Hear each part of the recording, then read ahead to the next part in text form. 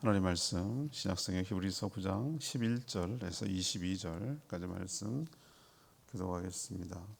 히브리서 9장 11절에서 22절입니다. 오늘은 1월 17일 수요일 저녁입니다.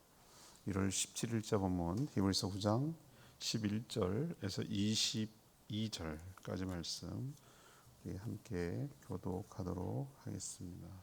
교독합니다. 그리스도께서 장래 좋은 일에 대지상으로 오사 손으로 짓지 아니한 것 곧 이 창조에 속하지 아니한 더 크고 온전한 장막으로 말미암아 염소와 송아지의 피로 하지 아니하고 오직 자기의 피로 영원한 속죄를 이루사 단번에 성소에 들어가셨느니라.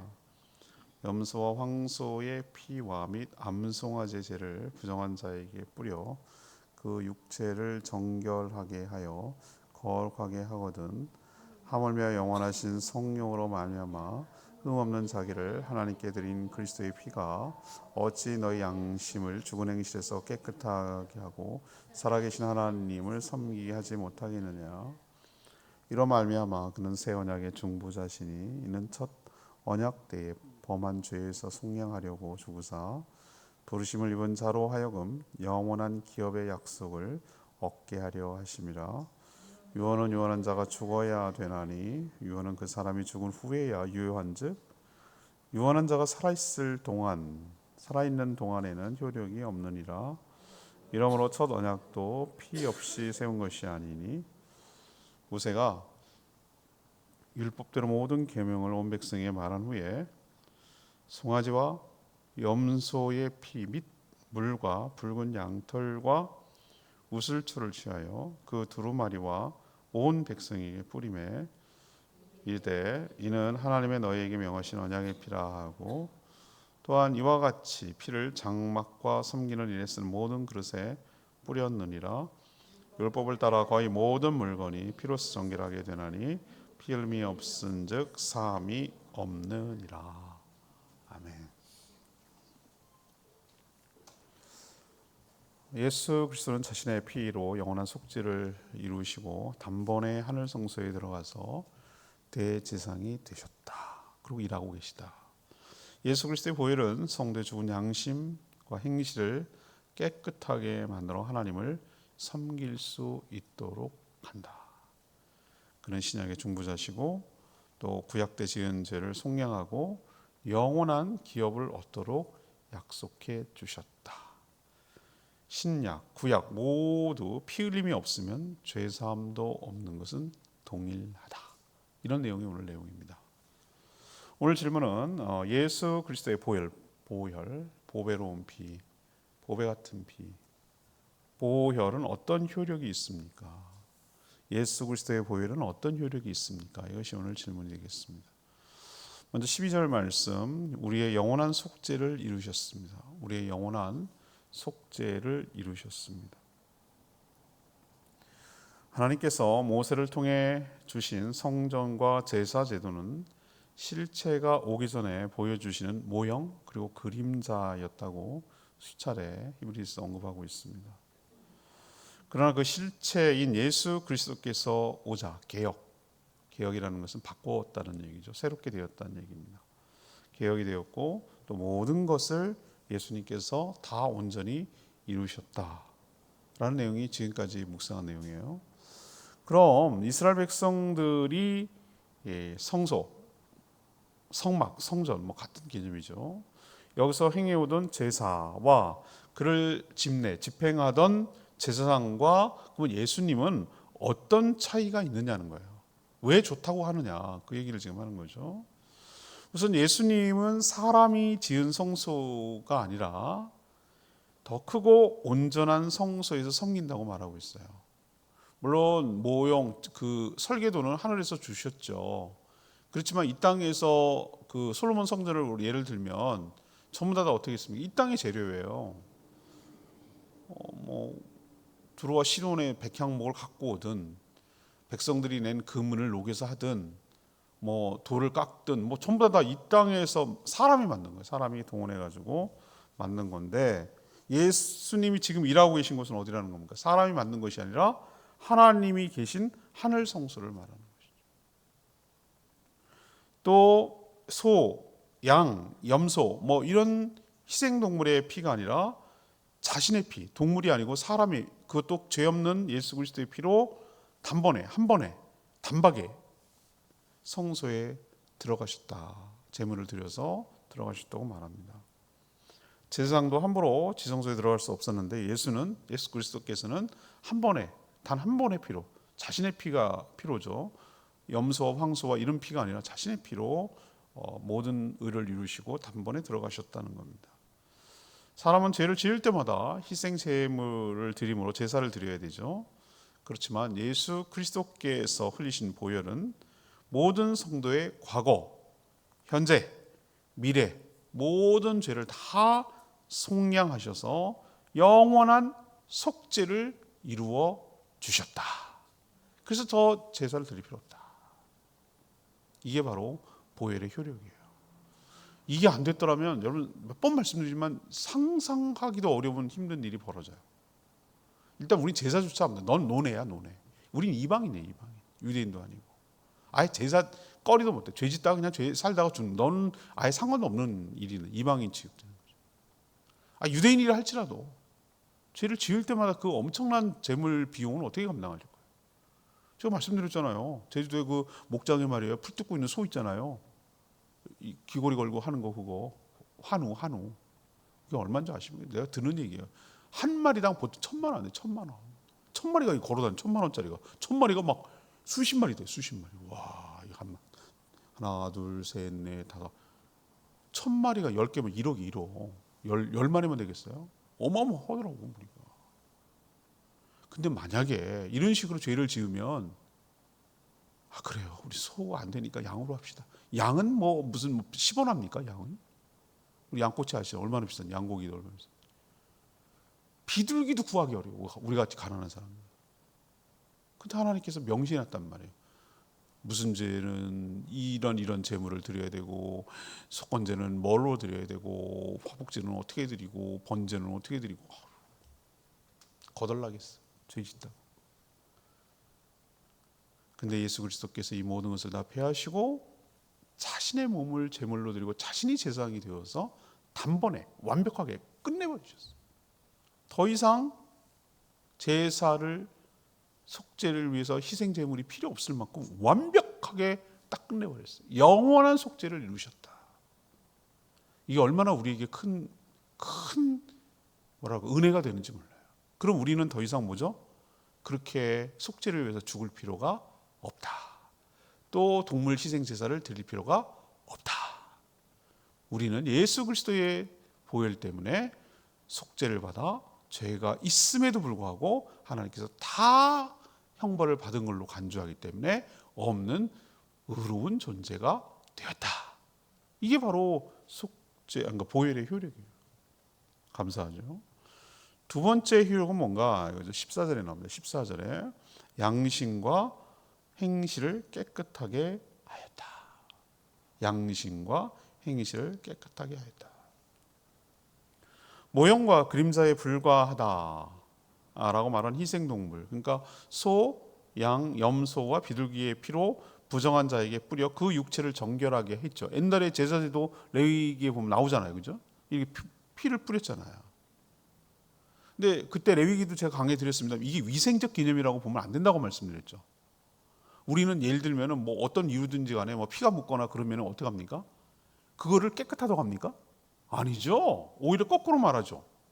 오염됐다고 생각을 하죠. 피 묻은 것을 그대로 놔두는 게 어딨냐고요. 어떤 형태로는 지우죠. 그러니까 이걸 위생적 개념으로 보면 안 된다고요.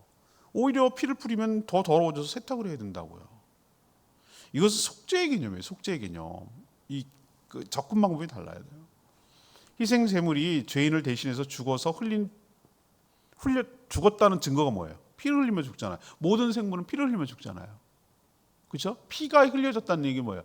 그 무언가를 죽었다는 걸 말하는 거잖아요. 그렇죠? 피가 있다는 것은 그렇잖아요. 그래서 그 흘린 피를 죄인에게 뿌림으로 인해서 그 죄인의 죄를 속죄하고 정결하게 한다는 거예요. 죄가 없는 것을 정결하다, 부정하다고 말하는 거지 위생적인 접근으로 하는 게 아니라는 거 여러분 아시겠죠? 그러니까 내가 죽어야 될 벌을 누가 받은 거예요? 피를 흘리며 죽은 우리 희생양 삼는다 그러잖아요. 우리가 하는 말 중에 왜 희생양 삼고 그러냐? 그러니까 자기 희생양이라는 게 뭐예요? 그 희생양은 잘못이 없어요. 내가 잘못했어요. 근데 애꿎은 아무 잘못 없는 희생양을 갖다가 죄를 뒤집어 씌워가지고 걔가 형벌을 받고 죽음으로 내가 거기서 빠져나가려고 하는 거 희생양 삼는다 그러잖아요. 맞죠? 예수님의 그 누군가의 동물, 희생동물이 그런 역할을 하는 거예요. 내가 죽어야 되는데 그 피를 흘려서 죽은 그 희생, 그 죽음의 대가로 내 죄가 어떻게 되는 거예요? 정결하게 된다는 그 개념을 심어주시기 위해서 계속 그 몇천 년 동안 그런 지속적으로 그런 제사를 드려오도록 했던 거예요. 하나님께서. 계속해서 그런 퍼포먼스를 그 행위를 통해서 얘기하는 거죠. 제일 끝에 오늘 얘기하지만 뭡니까? 피 흘림이 없으면 뭐가 없다고요? 죄삼이 없다고 그러잖아요. 피 흘림이 없으면 죄삼이 없다. 이걸 왜 그런가? 아까도 말했지만 그림자 모형이에요. 진짜가 오기 위한 준비 과정이고 진짜가 왔을 때 이것을 이해를 잘 하기 위한 뭡니까? 준비 과정이라고 할 수 있겠죠.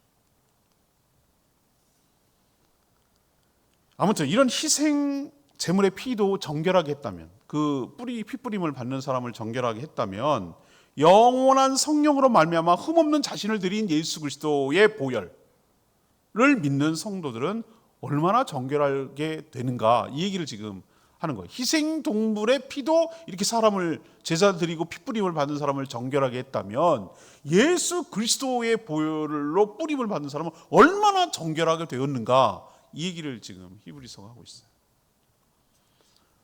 속까지 깨끗하게 할 수 있다고 합니다. 망가졌던 양심, 죽은 행실까지도 깨끗하게 함으로 살아계신 하나님을 다시 섬길 수 있는 자격과 기회를 얻게 하는 줄 믿습니다.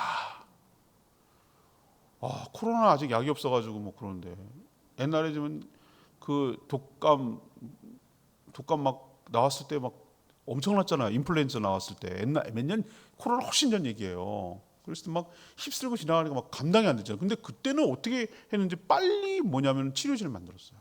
지금도 코로나 치료제가 있긴 있어요. 워낙 비싸서 그렇지.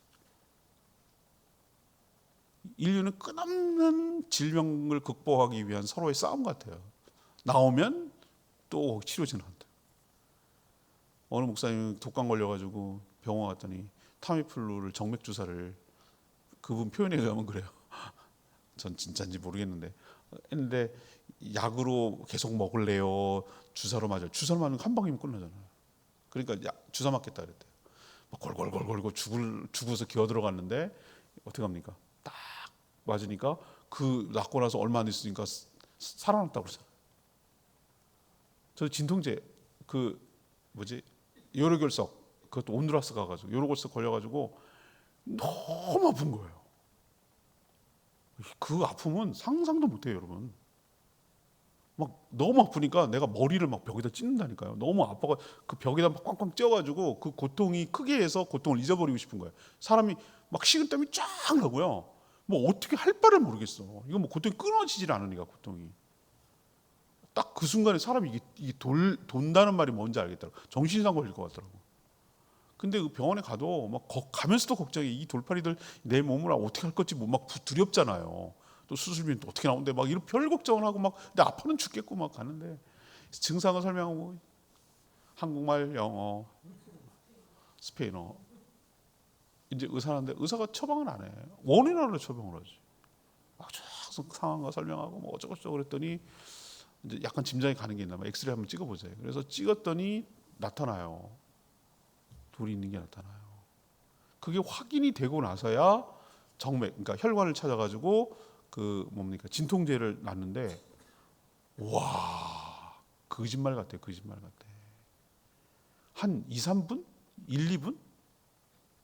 있으니까 통증이 싹 가시는 거예요. 꼭 마취하는 것 같아요, 마취. 사람이 이렇게 정신 딱 잃어버리게 만들잖아요.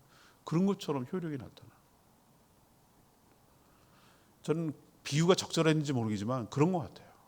예수 그리스도의 보혈은 우리의 모든 허물과 과거, 현재, 미래의 모든 허물과 죄를 다 덮고도 깨끗하게 하고도 남는 고귀한 보혈인 줄 믿습니다.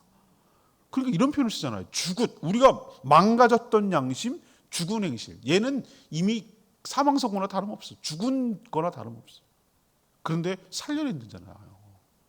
예수 보혈이 그렇게 능력이 있다는 거잖아요. 그래서 다시 하나님을 섬길 수 있는 기회와 자격을 준다고 하잖아요. 그만큼 예수 보혈의 능력이 있는 줄 믿습니다. 우리가 다시 정말 죽었던 우리를 다시 살려내서 사람답게 살 수 있는 것은 무엇 때문이냐? 예수 그리스도의 보혈로 덮였고 정결하게 되었기 때문인 줄 믿습니다. 그래서 양심과 행실이 깨끗해졌다고 말하는 거예요. 이게 보혈의 능력이에요. 효력이에요. 자, 세 번째는 뭐냐? 보혈의 이 효력이 뭐냐? 보혈의 능력이 뭐냐? 14절에 나오죠. 15절. 영원한 기업을 약속하여 주셨다. 영원한 기업을 약속으로 받을 수 있게 됐다는 거예요. 첫 언약, 그러니까 구약이죠. 구약을 어긴 쪽은 하나님이 아니라 누구였습니까? 다른 계약 당사자인 백성들이었어요. 백성들. 이로써 언약은 파괴되었고 효력도 상실했죠. 이제 끝난 거죠. 하나님과의 관계가 깨져버린 인간은 이제 더 이상 하나님으로부터 은혜와 축복, 생명과 천국을 받을 수 없게 됐죠. 관계가 깨져버렸기. 우리도 관계 깨지면 다 안 하잖아요. 교류 없잖아요. 그렇죠? 네, 그런 거 좀 많이 경험해서 알아요. 철저히 끊더라고. 카톡도 끊더만요. 참 기가 막혀서 어이가 없었습니다. 하여튼 사람이 그렇더라고요. 그런데 구원 투수가 나왔어요. 그게 바로 누구죠? 예수 그리스도. 예수 그리스도. 우리 스스로 해결할 수 없는 죄값을 대신 십자가에서 치러서 죄를 속량해 주셨죠. 그리고 새 언약의 중보자가 되셔서 그를 믿는 자는 다시 하나님과의 관계가 뭐였어요? 회복하도록 만들어 주셨어요. 하나님의 자녀가 되는 길을 열어주신 거죠. 하나님의 자녀가 되면 자녀이기 때문에 하나님께 속한 모든 것을 받아 누릴 수 있는 줄 믿습니다. 이걸 뭐라고 성경에 뭐라면 기업이라고, 영원한 기업이라고 말하고, 또는 이것을 상속받는다라고 말해요. 그래서 하는 말이 상속이라고 말했을 때 위의 세대가 죽어야 받는 거잖아요. 근데 죽어야 받는 것은 또 맞아요. 왜냐하면 예수 그리스도께서 죽음으로 우리를 얻었기 때문에. 그런 말도 맞는데, 또 하나는 뭐죠? 상속의 특징 중에 하나가 무슨 자격이 있어서가 아니라, 무슨 내가 뭐 했기 때문이 아니라 뭐야 하는 거예요? 자녀라는 관계 때문에 받는 거라고요. 그래서 하나님의 기업을 받는다고 말했을 때 두 가지 의미 있어요. 예수 그리스도의 죽음으로써 그것으로 우리가 하나님의 자녀가 되었고, 하나님의 자녀이기 때문에 아무 공로는 없으나 하나님께 속한 아버지가 갖고 있는 모든 것들을 자녀이긴 우리이기 때문에, 자녀라는 이유 때문에 우리가 고스란히 다 누리게 된다는 측면에서 영원한 기업을 모은다, 상속받는다고 말하는 거지, 하나님이 죽었다 그런 개념이 아니잖아요. 속죄함으로 구원받는 것도 너무 감사한데, 그렇지 않아요, 여러분? 죽지 않고 천국, 지옥 형벌에 처하지 않은 것만 해도 감사한데, 이건 또 다른 문제거든요. 여러분, 자꾸 우리는 그냥 토탈로 생각을 해서 그런데, 가만 생각해보면 이건 별개 문제예요. 우리를 형벌에 처하지 않고, 죄 때문에 형벌에 처하고 지옥 형벌에 처하지 않고 끄집어내준 구원만 해도 여러분 감사하셔야 돼요. 근데 하나님은 한 수 더 떠서 우리가 어떻게 합니까? 하나님의 자녀 삼아 주시고 하늘에 속한 모든 것들을 누리도록 인도해 주세요. 이거는 사실은 별개 문제예요. 근데 하나님은 거기까지 가게 하신 거예요. 이거 얼마나 놀랍습니까? 생각할수록. 그래서 우리가 하나님과 더불어 살 수 있도록 만들어 주신 거고, 뭔지는 모르겠어요. 저는 몰라요. 그래요. 우리가 뭐 재벌집을 어떻게 사는지 어떻게 할 거예요? 뭐 먹는지, 무슨 그릇에 하는지, 뭐 그래봤자 뭐 세상에 별거 있겠어. 뭐. 근데 우리는 그 세계를 모르잖아요. 근데 뭐 하여튼 좋은 거 먹겠지. 안 그렇겠어요? 그리고 좋은 거 누리겠지. 뭐 아니겠어요? 돈밖에 없는 사람들 뭐 못하겠어요. 다 하고 싶은 대로 하겠지. 우리가 그런 상상을 해보자고요. 하나님이 뭔지 우리는 몰라. 하나님 어떻게 누리고 어떻게 사시는지 우리는 몰라. 모르지. 경험을 못했으니까. 그러나 분명 좋은 거라는 거는 우리는 알아. 그 이상은 없어요. 하나님이 누리는 것보다 더 좋은 게 어디냐고요. 그렇다면 우리는 기대하고 소망할 수 있어요. 뭐죠? 하나님이 누리고 있는 모든 것들을 자녀인 우리도 똑같이 누리게 될 줄 믿습니다. 제가 어렸을 때 이런 말씀드렸잖아요. 저도 그렇고 모든 우리 아이들도 그렇고. 걔네가 뭐 번 게 뭐가 있어요? 없어요. 그렇지만 자녀이기 때문에 엄마 아빠가 구축해 놓은 모든 것들을 다 누리잖아요. 그런 것처럼 우리도 또한 하나님의 자녀이기 때문에 하나님의 모든 것들을 다 누리게 될 줄 믿습니다. 이게 어떻게 해서 가능해졌다고요? 예수 보혈 때문에. 예수 보혈 때문에 우리가 영원한 기업을 약속으로 받게 되었다. 이게 바로 보혈의 효력이에요. 22절 말씀. 아까 마지막 절, 마지막 읽은 거죠. 율법을 따라 거의 모든 물건이 피로써 정, 피를 뿌렸다고 그랬잖아요. 피를 이렇게 우슬초와 이걸로 양털 이렇게 뿌렸어요. 이렇게 피를 막 이렇게 칙칙칙 이렇게. 우리 옛날에는 막 스프레이가 없으니까, 그렇죠? 옛날 요즘 스프레이 같은 게 있으면 좋을 텐데 그게 없으니까 이렇게 적셔가지고 이렇게 뿌렸다고요. 그러면서 하는 말이 피 흘림이 없은즉 뭐가 없다고요? 사함이 없다. 이거 명제 이거 명제. 이거는 진리라고요. 명제. 피 흘림이 없으면 뭐가 없다? 죄 사함이 없다. 피 흘림이 없으면, 피는 뭘 상징한다고 그랬어요? 피가 뭘 상징합니까? 피 흘린다는 건 뭘 상징합니까? 생명이 죽었다는 걸 의미하잖아요. 피 흘림이 없다는 얘기는 피를 우리가 조금 이렇게 그 개념이 아니라, 피 흘림이라는 건 뭐냐면 어떤 생명이 죽음이 없으면 뭐가 없다? 죄의 사함이 없다. 그 얘기예요. 생명으로만 죄가 사해진다는 거예요. 어떻게 보면 굉장히 무시무시한 얘기예요. 그러니까 우리가 지은 죄는 어떻게 합니까? 우리의 죽음으로만 해결된다는 거예요. 그럼 죽으면 끝이지 뭐. 소용없지 뭐. 죽고 난 다음에 뭐 무슨 의미가 있어요? 살아있을 때 속죄가 의미가 있는 거지. 죽으면은 그 죄값을 받고 죽는다고 그러는데 그게 무슨 소망이에요. 그냥 그걸 끝이지. 그게 절망이지 그게 소망이겠어요? 근데 이 원리를 충족시키려면 어떻게 돼요? 대신 예수님이 죽는 거잖아요. 사람들은 죄가 크고 작음, 많고 적음을 따져요. 자꾸 상대화시키려고 해요. 다른 사람과 비교해서 상대적인 죄를 따져요. 쟤보다 내가 나아요. 쟤보다는 그래도 내가 나아요. 하나님의 관점에서 보면 어떻습니까? 죄가 있고 없고의 문제이지 크고 작고 작음의 문제는 아니라는 얘기예요. 아무리 작은 죄라도 지극히 거룩하신 하나님은 그냥 넘어갈, 티 하나도 안 돼. 티끌 하나도 안 돼요. 하나님과 용납이 안 되는 거예요. 완벽하게 거룩하신 분은 죄를 용납할 수, 같이 살 수가 없어요.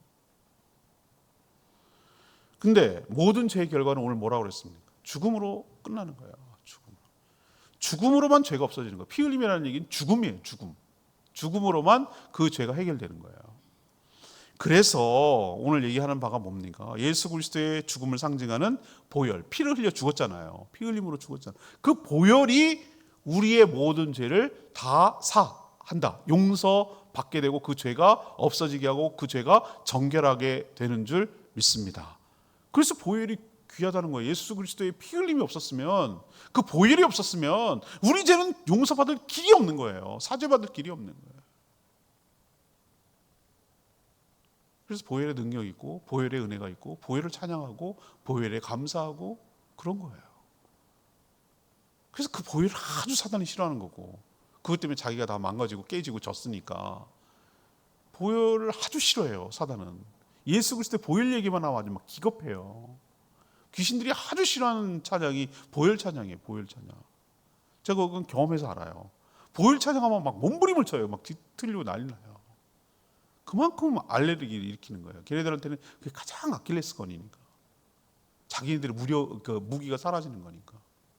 그냥 죄에 가두고 죄 가운데 살고 죄로 무력화시키고 죄로 끌고 다니고 싶은 게 자기인데, 보혈이고 중화시켜버리는 거예요. 중화시켜버리는 거예요. 싹 사라지게 하는 거예요. 질병에서 해방시켜버리는 거예요. 탑이 풀려 맞게 하는 거예요. 독감성이 사라져버려가지고 싹 사람을 낫게 하는 거예요. 중화시켜버리는 거예요. 해독시켜버리는 거예요. 그러니까 제일 싫어하지, 보혈을. 보혈의 능력을 힘입고 살아가는 저희들 되기를 축복합니다, 여러분. 네, 오늘 말씀 붙들고 기도하기 전에 아까 불렀던 찬양이죠. 6월절 377장 찬양지, 6월절 어린 양의 피로 377장입니다.